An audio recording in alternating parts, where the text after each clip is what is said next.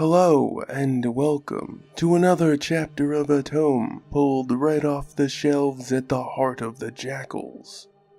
This is Rigar Part 15, Hardship. Let's get to work. Etha befuddled another vermin with a trick of shadow and light, courtesy of her connection to Jaguru, luring the unfortunate animal to its untimely demise by snatching it off of her foot and handing it to Korvinus beside her. He cooked it, eating it in his flame-drenched hands, while concealing the act from their guards, even as the pair of loyal Jaguru servants blundered across the barren, hateful, cutting expanses of the Blade Stone Prairie that seemed to stretch for eternity. Each step was covered in dread.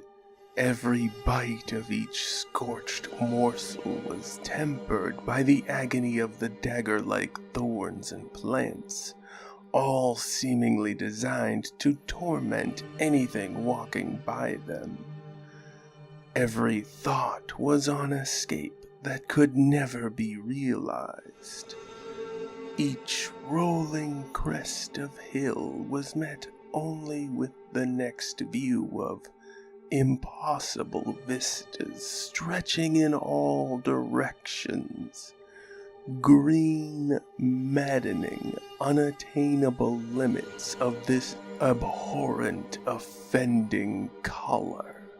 Etha staggered and Korvinus bent to pick her up, as they'd done for one another 1,000,000 times before.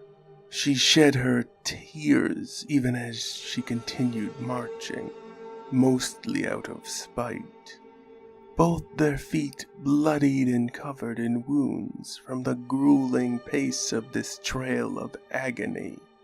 Sensing the slightest ripple of strength from his meal, Korvinus turned that power, that glorious light fueled by darkness itself, passing it from his chest into his hands, and pressed that power into Etha's stomach as he wrapped a supporting arm around her. Their endless journey of suffering binding them closer than any two beings could ever be. They kept trudging along, fire replacing the blood in their veins, every fall met by the strength and fortitude of the other person, pulling that victim back to their feet. Each tragedy of circumstance binding Etha and Korvinus all the closer. The riders constantly harrowed the pair forward, pushing and driving them even as their thoughts sought some solace of rest or relaxation that could never really come. And then night fell. After eons of struggle, Etha wrapped her soft, pleasant, warm form around Korvinus like a blanket, and it took all of his effort not to slip from the world into absolute nothingness so that he could cherish the sensation.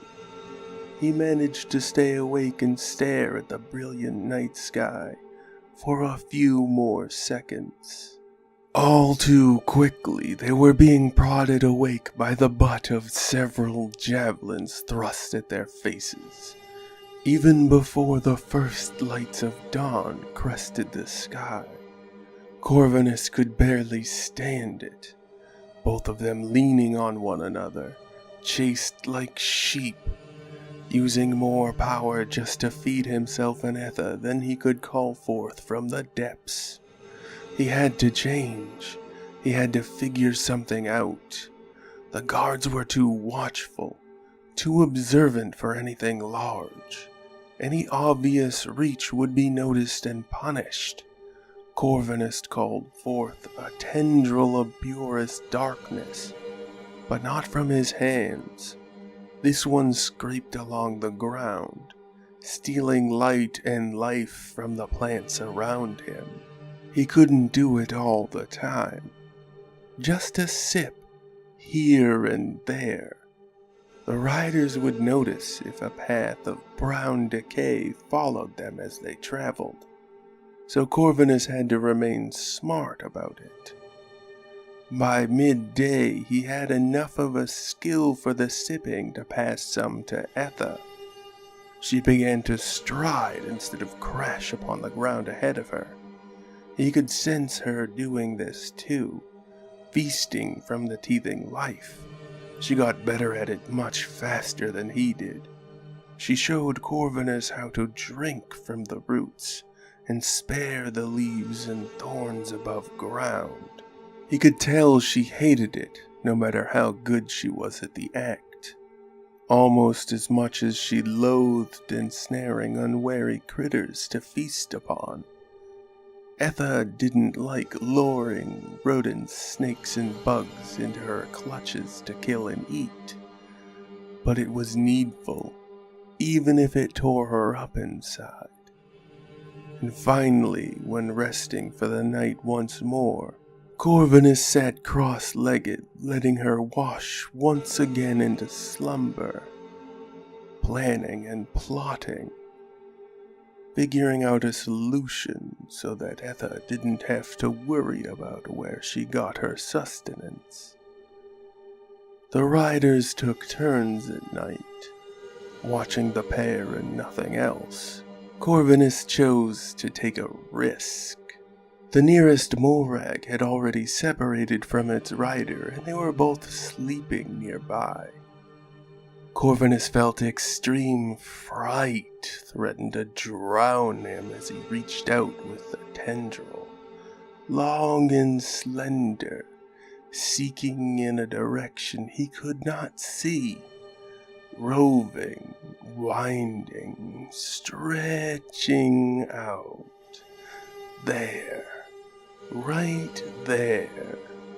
He hooked the tendril gently around the clawed foot of the morag, drinking its essence a tiny tickling trickle at a time. Korvinus felt empowered the next day. All throughout it, he barely had any exhaustion at all from his efforts. And the next after that, Etha questioned him often, but he merely passed her more strength and held her close when they rested. The Morosi would figure it out. They would. They weren't stupid, just brutal. But on this trek through the Blade Stone Prairie, one of these two small groups had never been meant to complete the trip. Korvinus was just changing the odds of which group would live. That was all. And so it is. Our time together has once more come to a close. I have been Lothran, and this was Rigar Part 15, Hardship, another tale from the heart of the jackals. Go ahead, Korvoth. Yes, sir. That's the end of the story today, folks. Please leave all your comments, questions, and kindnesses down below. Don't be a jerk, though. And don't forget to stay safe out there. There's dangerous stuff lurking about, you know it. Remember to like, share, and subscribe to show your support. And when you subscribe, there's this little bell thing. You gotta click it so that you get notifications, so that you don't miss the videos that we post every day. You don't want to miss none. They're really good. Good night and good luck. See you again tomorrow. Bye-bye, everybody. Bye-bye. See you again tomorrow. Bye-bye. Bye.